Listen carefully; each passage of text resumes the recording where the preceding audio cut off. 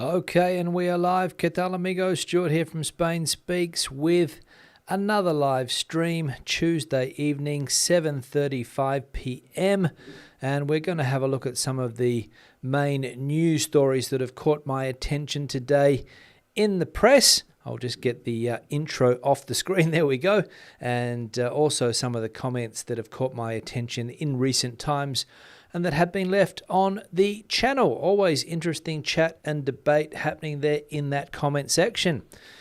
Second half of the video, we'll go into the comment section or the chat section here to my right. Check out what's happening there also. And before I begin, I'll just put the like icon on the screen to remind people to hit the like button. If you haven't done it yet, please do so. I always like to see that like count go up, or sometimes the dislike count go up, depending on what I say during any given live stream. Now, the first piece of news today that caught my attention related to the Valencian community and the premier of the Valencian community, Ximo Puig, and one newspaper here is suggesting that he might be caught up in an alleged corruption scandal. As we can see here, Ximo Puig paid his brother 57 times without a contract when he was mayor. The company run by Francis Puig, brother of the president of the Valencian community, Ximo Puig, has been invoicing the City Council of Morella, Castellón, for at least 13 years without any administrative contract. Comunicaciones del Ports is the only company that produces the institutional advertising services of the council and at the same time is a recurring recipient of the same advertising. It's always contracted and always for the same services, but without a contract. In fact, the transparency portal shows the files of the main minor contracts of the council in recent years, except those of Comunicaciones del Ports, and this company issues an average of 60 invoices a year to local public companies since the brother of its CEO has been the regional president. It so happens that Ximo Puig was mayor of Morella between 1995 and 2012, and he maintained a frequent economic relationship with the company run by his brother. Now, I'll just remind people that we are in an election year. That's why so many promises are coming thick and fast this year, and also allegations about corruption. That one there aimed at the Valencian president, as I said, Ximo Puig, and the company that his brother runs, which apparently is feeding off local government down there without official contracts. And this is a news story that, as I said, El Mundo newspaper has brought to light. But as I said, only allegations at this moment, I believe. There's nothing out further than that. But I'm sure over the next few weeks, while we are leading up to regional and local elections, and also towards the end of the year when we lead up to national elections, more of these alleged corruption scandals will come to light. Second piece of news, this one here. A community of owners with 80 squatted flats calls for urgent intervention by Sareb and the City Council. The owners of the Residents Association, Arroyo Vereda, located in the Sotaverde neighborhood of Arroyo de la Encomienda, Valladolid, are asking for urgent help in the face of the serious situation of squatting that they have been suffering for a year. They say that there are around 80 illegally inhabited flats, and that is why they are demanding measures from Sareb, which has owned these flats since 2021, and from Arroyo de Encomienda Town Council. The neighbours warn that they can't take it anymore because the fights, the lack of control, the illegal connections to the natural gas, electricity and water mains, and the destruction of common areas have become commonplace. So one example where squatting is out of control in a building in Valladolid owned by the Sareb, which is the AKA Bad Bank, the organisation that took on all of the toxic assets when the real estate bubble burst here in Spain around 12, 13 years ago now, I would say. They own this building because obviously the company that had it before went broke. And of course, as it belongs to the Sareb, squatters move in, knowing that it is a public run building, and other neighbours in that building complaining that they are out of control, the squatters in that building, and urgent help needed to get the people out. But as we know, these Sareb-owned buildings are part of the plan for social housing here in the near future. Not sure exactly when. It hasn't been mentioned when these social housing plans that the government has recently announced will be up and running. But the idea is to get people that are currently squatting to pay rent. So good luck with that. And the final piece of news here, Adelante Andalusia presents its electoral program in Andalusian. Nuestra lengua natural, our natural language. Adelante Andalusia has presented its electoral program for the civilian town of Dos Hermanas entirely in Andalusian, or rather Andalú. The text has been written by Jaime García Claro, philologist and historian of the municipality. As the political group explains in a tweet, es la primera vez, correct si no me equivoco, que el partido político escribe su programa en andaluz, nuestra lengua natural. It's the first time if we are not mistaken, that a political party writes its program in Andalusian, or our natural language. The leftist bloc has always claimed the accent of the South.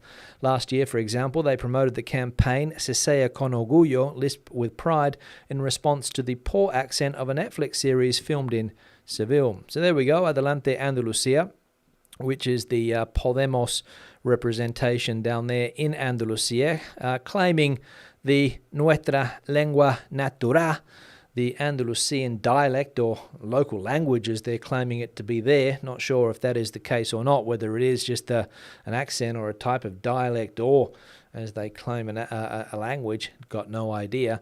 But it just seems that they have phoneticized the way people speak down there, and they're claiming it to be a language. So what's next for that political party?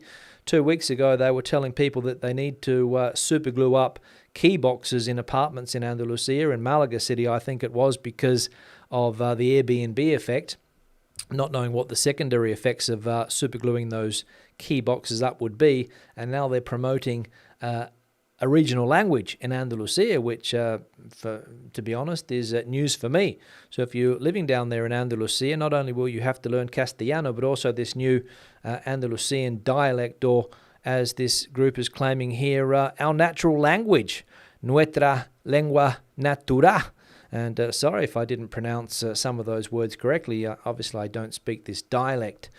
That's the news for today. I'm going to go into the comment section now and check out what's happening there. Before I do, I'll just put the little like icon back on the screen. So if you haven't hit that yet, please do so. Just below the video, you will find it. We're currently sitting at 61, so maybe we'll get up to 62, 63. You could be like number 70 if you hit that like button now. The first comment, this one here from Simon. Quick question, why do Spanish newspapers and TV called King Charles III Carlos III? In the UK, we don't call the Spanish king Philip VI. I think what they mean to say is that they don't call the Spanish king... they call the Spanish king Felipe. They use his name rather than Philip VI. To be honest, I'm not sure why they do this. They seem to translate all of the royal names. For example, William is known as Guillermo, Harry is Enrique, and Carlos for Charles. Camilla, I don't think her name is changed. Maybe Camilla, not sure. But all of the other names, that is true, are translated in the Spanish press to Spanish versions of the names. Why it happens, I've got no idea. Maybe it's a tradition. Maybe it's something that has been going on down here for years. I have absolutely no idea. If you've got a reason, or if you know a reason why that is the case, please leave it in the chat section, and we'll debate it a little bit later on during the video. But it is true. The Coronación de Carlos III, which is what we saw the other day, and all of the other British royal families, and even other European royal families are normally translated into Spanish. That is true. So, for example, the Dutch royal family, or the Swedish royal family, or what other royal families there are. I can't think of too many at the moment, but there are a few out there. And normally they do translate those names, but no idea why. Another comment here from Paolo. I'm a US citizen living in Florida, planning on moving to Spain and buying a home there. My great-grandparents were from Spain. Should I try to get citizenship through my ancestors or just a resident? Or neither? I'm afraid of tax consequences. I'm not rich. Make an average income of $70,000 a year approximately. Now, the first thing I'll say, Paolo, is seek professional legal advice on this matter. Especially when it comes to your finances. You don't want to get hit with higher taxes. I think it's always been the case that there is some type of double taxation for US citizens. Not sure whether that still exists or what the exact ins and outs of it are. I'm sure some people in the chat section could enlighten us more on that topic.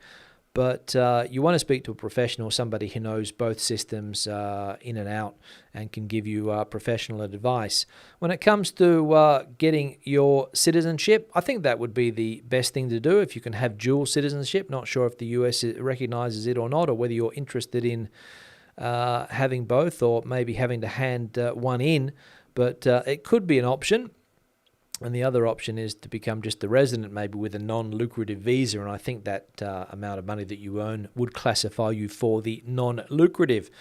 But again, if anybody can shed more light on Paolo's question or query there, please in the chat section or in the comment section below. But again, I'll just reiterate, always get professional advice when it comes to financial matters when moving to another country, because you don't want to get burnt. Another comment here from Debbie. Hey Stu, if Spain would like to bring life back to the forgotten areas of Spain, maybe offer international tax or money incentives to rebuild ruins and start farming. Yeah, I'm not sure whether the plan is to bring life back to these areas or not, or whether it's just become a political topic in order for central parties here to gain votes in those areas by mentioning it every now and again. Because the trend is that people from the rural areas and even small regional cities are moving to the bigger places because it's where the work is, basically. And whenever people are educated to a certain level and they go into the active job market and they have aspirations to be professional in something, and they look around their city and there's no companies or no jobs, then it's going to be hard for them to stay. And that's why they do come to a Madrid, or they do go to a Barcelona, or they do go to a Bilbao, or any of the other big cities here in Spain. Because in a place like Soria, if you do have professional aspirations, maybe in banking, for example, or in any type of company, then Soria probably is not the place for you. And Soria is, as I said, a regional capital. So, complicated situation, but I don't know whether the central parties, as I mentioned, just paying lip service in order to get votes, or whether there is a real will to bring people to those areas. Because maybe with immigration, you could say to people, look, you can come and live in Spain, but you've got to spend the first 5 years living in this area. I've heard that, people speak about that before, rather than coming to big cities and trying to feed off whatever big cities have to offer, where you could, theoretically go, maybe get given a plot of land or buy a plot of land cheaply and do something there. I've got no idea, but it's a complicated question, Debbie, but I don't think there's any real will to fix it, because the trend is moving in that direction. Difficult to fix. Another comment here from Luke. So because this one person claims it's a bad idea, you slam a proposal of a public grocery store. You appear to favour open capitalism at the expense of people's welfare. It is your channel, but more economic and political neutrality would be appreciated. Yeah, thanks for the input, Luke. Speaking about the public supermarket, they're not planning one public supermarket. They're planning, I think, a public chain of supermarkets in order to take on the big supermarket chain here in Spain, which is called Mercadona. And Luke, I'm not in favour of open slather capitalism. I'm in favour of capitalism, of course. I think it's the best system that we've had so far. It has its faults, of course. I'll put that out there. But when it comes to state-owned supermarkets, how would they do it? Would they set one up from scratch, Luke? Is that what they'd do? Would they take over two already existing supermarkets? Would they nationalise two existing supermarkets and turn them into public supermarkets? Is that what they would do? I don't know. The plan hasn't really been thought out too well. It was just something that was mentioned the other day. And of course, it's made headlines because people fear what happens in other countries where they speak Spanish, where this has been done, albeit not very successfully if you speak to people that come from those countries, which is what I did yesterday and the day before, speaking to people that come from countries where they do have public supermarkets.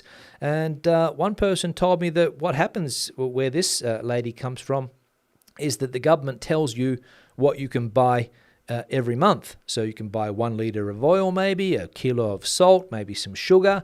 They can tell you what you can buy. So the idea of going to the supermarket and buying whatever you like, which is what I like to do, it's one of the things that I like to do, Luke, go to the supermarket and choose what I want to buy, choice. And another thing I'll say, Luke, is that here in Spain, there's a lot of choice when it comes to supermarkets. The Podemos party's attacking one supermarket, Mercadona, who's got 25% of the market share. And the reason he's got 25% of the market share is because he does a pretty good business with Mercadona and people go there freely by choice. Not because it's the only supermarket in Spain. There's plenty of supermarkets. In fact, I would say Spain is one of the countries where there is the most amount of choice when it comes to supermarkets. Last week I was in Galicia. I've never seen so many supermarkets, different types of supermarkets in the same street. You can find 3 or 4 different types of supermarkets. Whereas in Australia, what have we got? 2 supermarkets in Australia, maybe 3 or 4 now with Aldi and Lidl. But historically, there's only really been 2 supermarkets in Australia, Coles and Woolies. Is that good for consumers? I don't think so. But here in Spain, there's plenty of choice. But one political party is hell-bent on bringing this person down by putting out stupid ideas like the one they did yesterday. Just my opinion, Luke. Another one here from Joe Blogs. Politicians can barely run the country. How on earth are they going to run a business? Absolutely. Absolutely. How are they going to do it? What are they going to do? How are they going to find people? Are they going to be public servants working in their supermarket? We're going to get the same service that we get in the other public services that we get here, where you go to the supermarket, ask somebody for some help, and they don't care because they've got a job there for life. They don't care about serving the public. Is that what we want? Don't know. But as Joe points out here, how are they going to run a business? And Luke also mentioned the health service. The health service here in Spain is an example of a fantastically run service. The health system here in Spain might have been fantastically run a couple of years ago, or maybe a couple of decades ago now, but it's struggling in virtually every autonomous community here in Spain to keep up with demand. Okay, we had a pandemic in the middle of it, and we saw what happened to the public service during that pandemic. And to talk about public supermarkets, populism at the highest level. And this is what an economist here in Spain says about the topic. The left-wing economist, is Gonzalo Bernardos, and he's categorical about the Belarra's proposal to create a public supermarket. It's nonsense, he said. The economics professor has assured that we're going to see politicians saying a lot of nonsense because of the elections. Regulate them, yes. Regulate supermarkets, yes. Take them over and replace them, no way. Bernardo's explained that the public sector should provide good health, yes. Good education, yes. Good police, yes. Adequate justice, yes. But supermarkets do not need the intervention of the public administration at all. His words, not mine. Thank you, Luke. Another comment here from Talmud: if the socialist government doesn't make doing business here easier and cheaper, then companies are going to leave. We don't bother employing anyone in our small business now because of the costs and red tape. And that's the issue, basically. Make business, private business, so bad that the only solution is to turn it into a public company. Could be the idea of some, don't know. But as we can see here, doing business is not easy in this country. But what I will say, that over the 25 years or so that I have been living here, I've seen all sides of government at national level, and it doesn't matter if they're on the right or the left, no political party makes doing business easier in this country. There's got to be a reason for it. I've got some theories. I couldn't probably prove these theories, but I think that the objective of governments is not to make doing business easy. It's to protect a certain sector of the population that already have successful businesses, to make them even more successful, powerful businesses that are some way, they're supporting government, we could say. And you only have to look around to look at all of the new businesses that are created every year, how many of them are successful after 5 years, because it is difficult to do business in this country, as we know. And as this person points out here, costs and red tape. Absolutely. And the final comment here from Ed McF1, El País is talking rubbish about preventing beer from oxidizing. As a former yeast geneticist, I can tell you there is no risk to a beer from atmospheric oxygen unless it is left for days in the air with acetobacteria working away on the alcohol and breaking it into acetic acid, aka vinegar. So this was the topic that we saw a couple of, maybe last week, I'm not sure, about beer here in Spain. Somebody said, why do Spanish beers, when they are poured, have such a large head of froth on them, whereas in some other countries you get a smaller amount of froth and more beer? And El País newspaper published an article saying that froth was fundamental to the Spanish beers because of the oxidization effect, I think. Can't remember the exact words from that article, but the reason why you do go into a bar and sometimes you get half a glass of froth and half a glass of beer is because of the way they pour the beer here,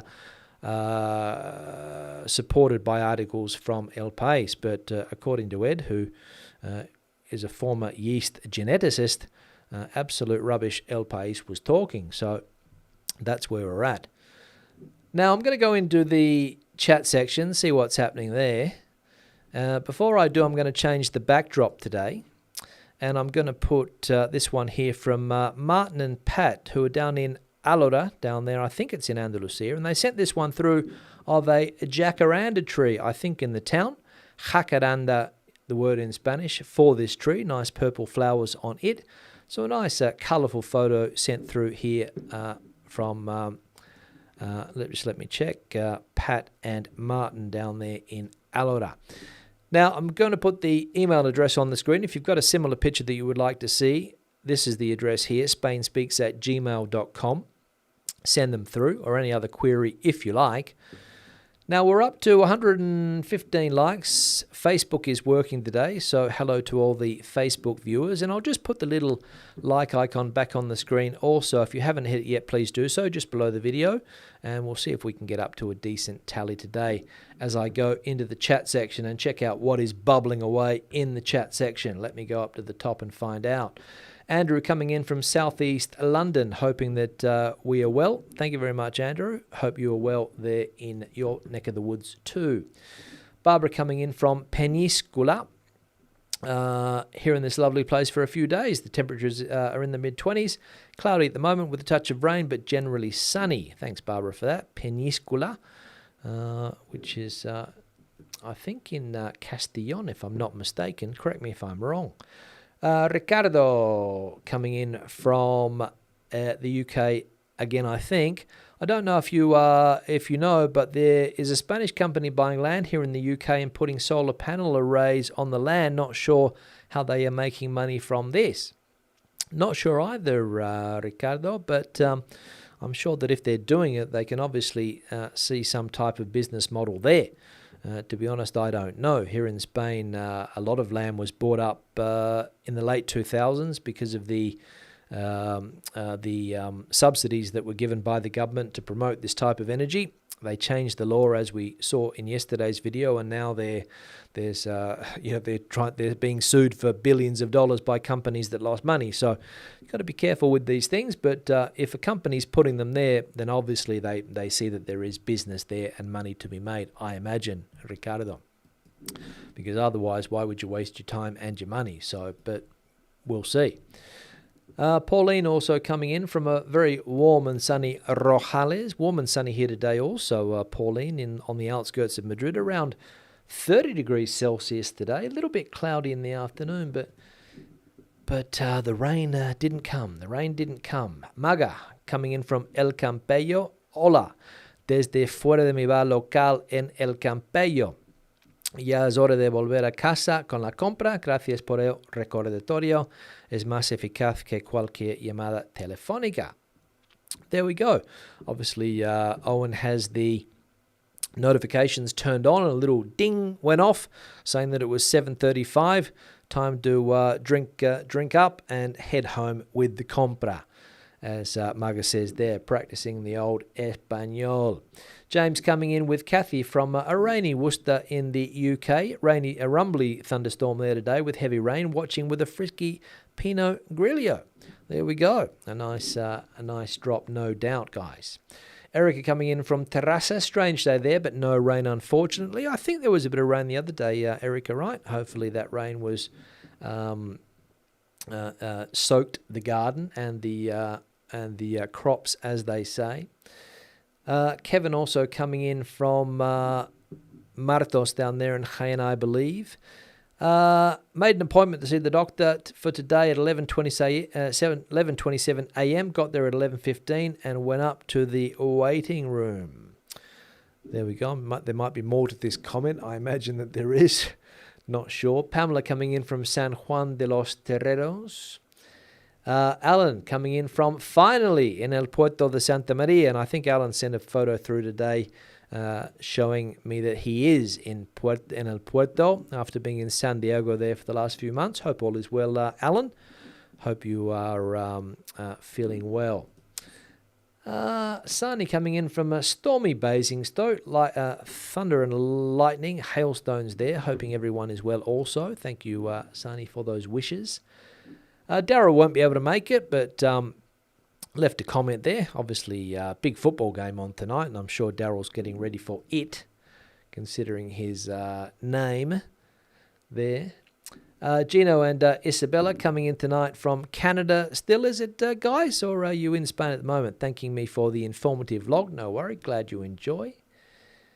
Let's have a look here. Let me go through quickly. Bit of chat going on.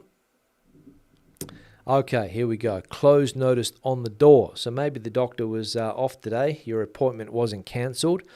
Lots of doctors off at the moment, or at least that's what I'm experiencing. Every time I go to the doctor, there's a different doctor in there, and a lot of substitutions going on at the moment. Don't know why that is. Maybe they're unhappy with the conditions that they're working in, but I've been to the doctor a couple of times in the last month, and as I said, never the same person, when normally it was always the same doctor, but she must be on sick leave.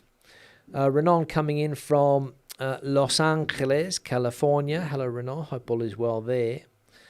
ZE, Zach coming in from Vancouver, 13 degrees Celsius there and cloudy.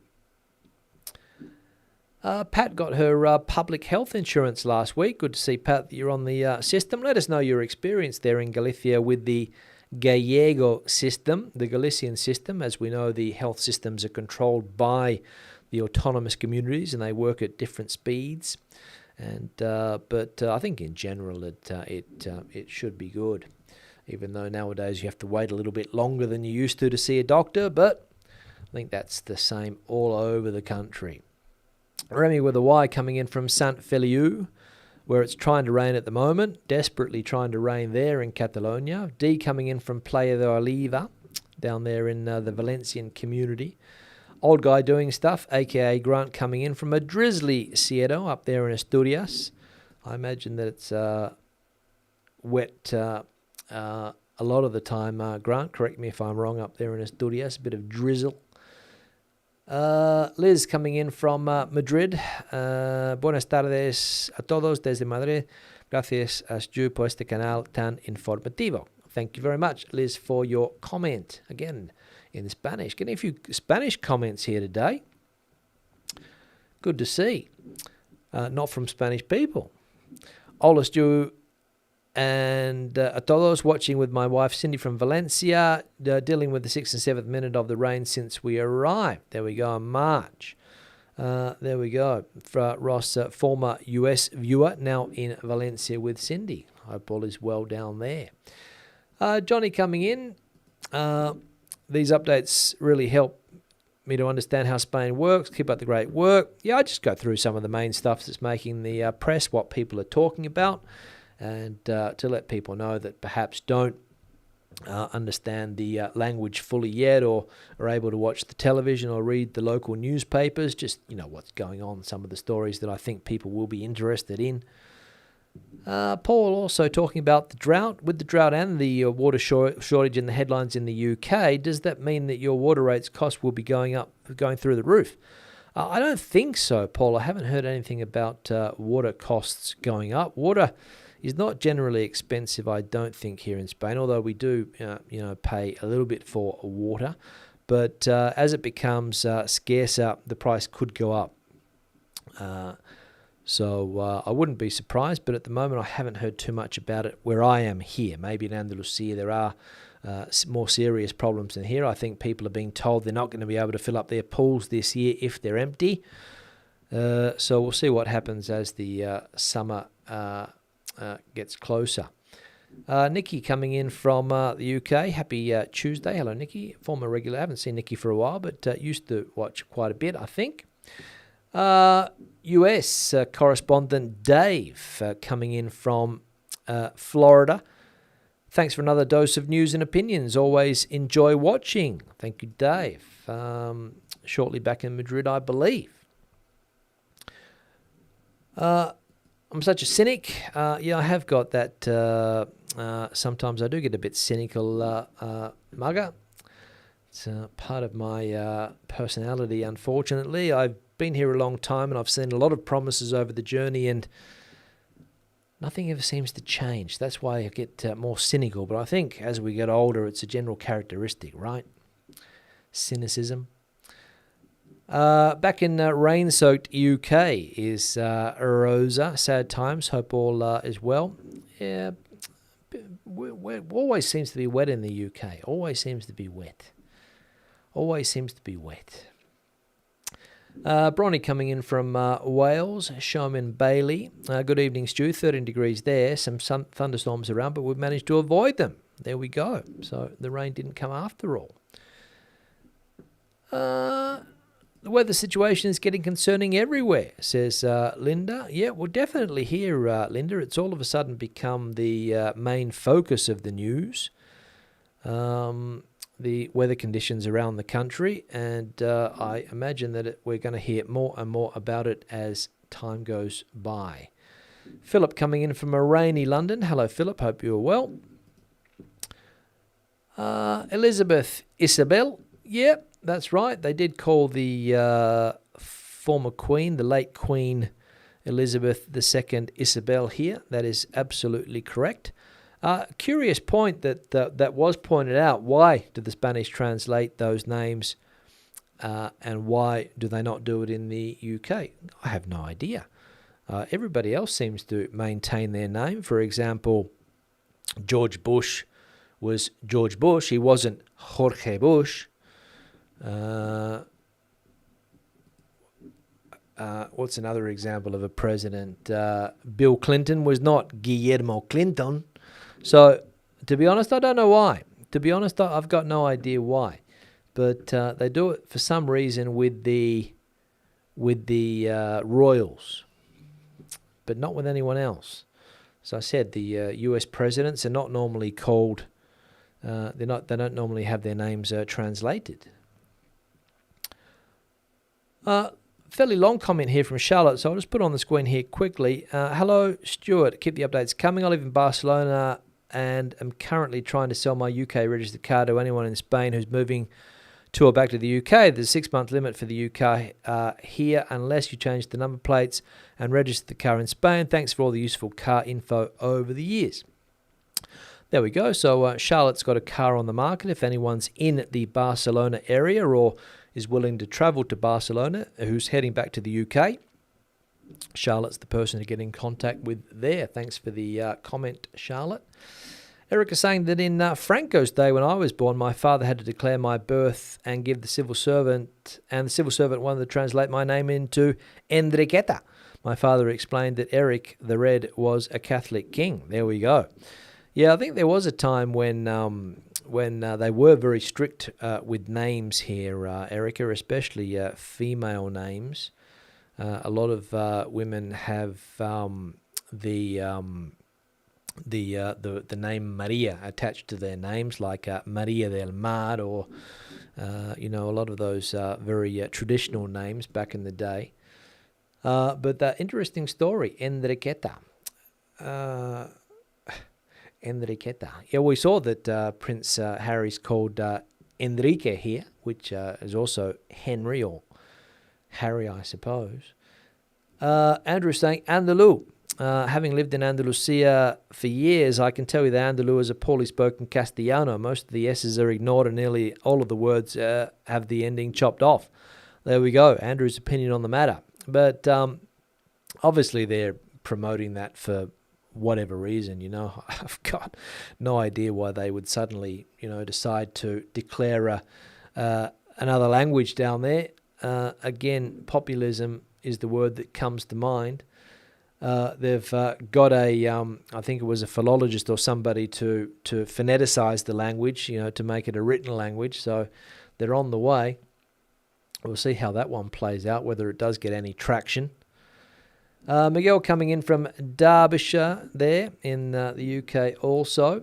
Remy also saying that the same thing happens with their name there, Remy, with the translation, that is. Ed's coming in from Barcelona, just out on the terrace watching the heavy rain. So it must be raining in Barcelona. Interesting.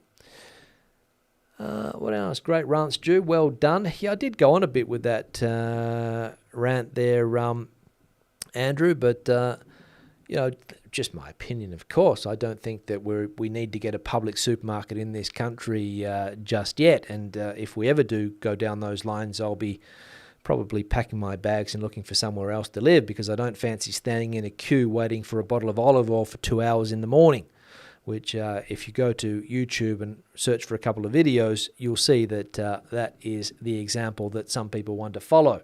Don't know whether we would get to that extreme or not. Some people say that the conditions are different, but I don't want to live through the experience. But that's just me. Maybe some people would like to live through that experience, and fair play to them. Now I'm going to change the backdrop. Angela and John sent this one through from Menorca. We saw one of their shots a couple of weeks ago, which was a restaurant shot. This one is, I think, on the other side of the same harbour, not sure, but a nice picture from Menorca here. And if you've got a similar picture to this one that you would like to see on the backdrop, the email address is this one here, spainspeaks@gmail.com. So send it through, or any other information that you would like to share, please, to that email address. Now, the like icon will also go back on the screen just quickly. We're up to 151. We might get to 160, 170 today. Let's see. As I go through the chat, almost coming to an end. What else we got going on? He's on a roll, don't interrupt. Yeah, I don't see the chat, so I was on a roll anyway, so I don't see the chat section when I'm doing the news, so it doesn't matter what people say. I would have kept on going.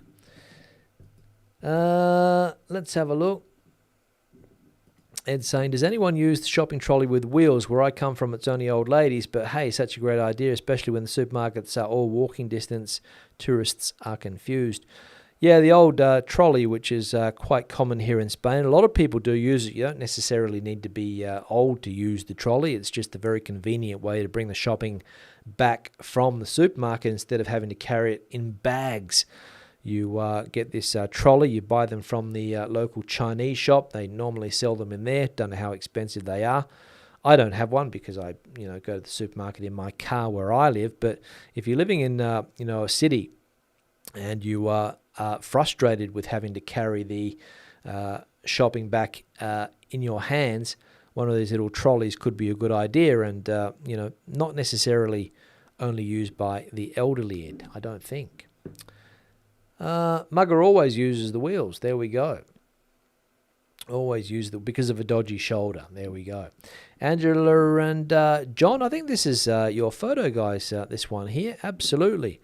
26 degrees today from Menorca. So thanks for the photo, guys. Great. Beautiful tree in that photo. Love them, says Phil. Yeah, the jacaranda or the jacaranda tree. Don't see too many here in Madrid, I'll be honest, but maybe down in the Mediterranean areas you do see them more frequently. And a nice colourful tree. Nice colourful tree. I love colourful trees. Let's have a look. What else we got going on here? Rose saying Peníscola is where they filmed the final battle and death scene from the El Cid movie starring Charlton Heston. There we go. Peníscola. I think it's in Castellón.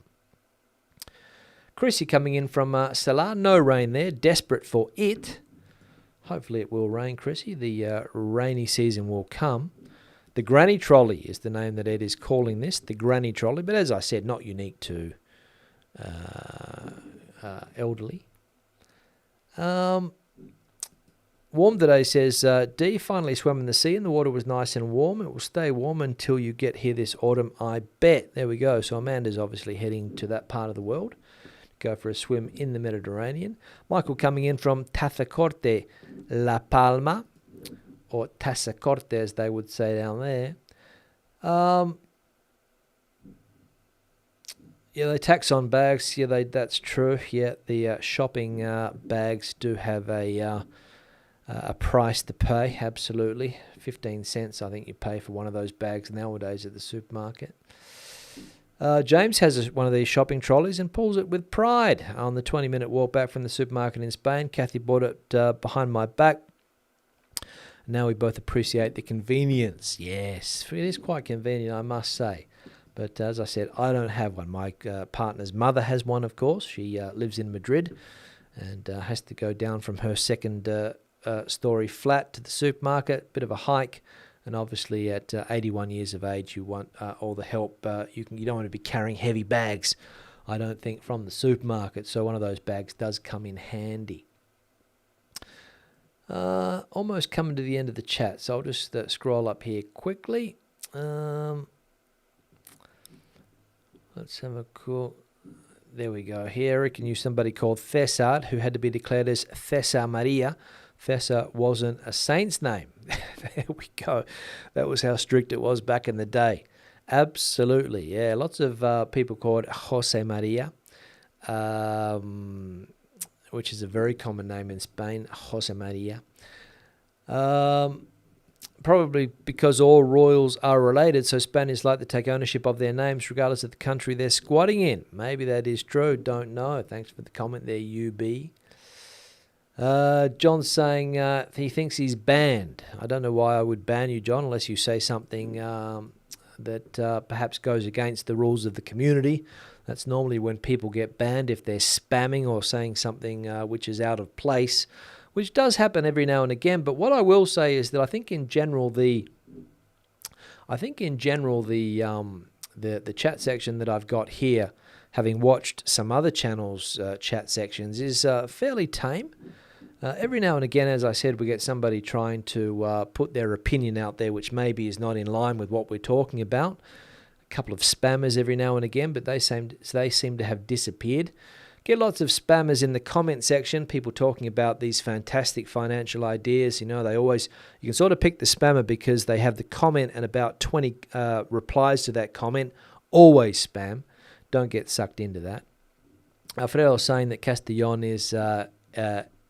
is where Peníscola is. Good geography. Thanks, Alfredo, for that. What else we got going on here? Andrew enjoyed this video. Keep it up. Thanks for that. Let's have a look here.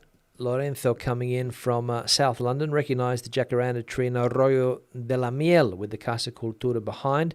They put a lovely nativity scene there at Christmas. So there we go, Arroyo de la Miel. I thought it might have been Alora, but apparently that was not the case. Thanks for that, Lorenzo, for pointing that out. UB goes by the name Joe. When he's in Mexico, they call me El Guapo. There we go, the handsome one. Joe. There we go. And Yegi saying, Hola, señor. Hola, señor. Hola, señor. ¿Cómo estás? I'm going to wrap this live stream up. I've come to the end of the chat. Thank you very much for participating in it. Thank you very much for watching the video. Sorry for my rant, but some people trigger me with the comments. I had somebody say that I should control my rants, but I won't listen to those people. And every now and again, I will go off on a rant when something is pops up in the press that I don't think would be one of the best ideas. And it's not just me. I think it's the majority of the population think that would be a fairly crazy idea. And but anyway, that's my opinion. Everybody's entitled to his or her opinion, and feel free to express it if you like.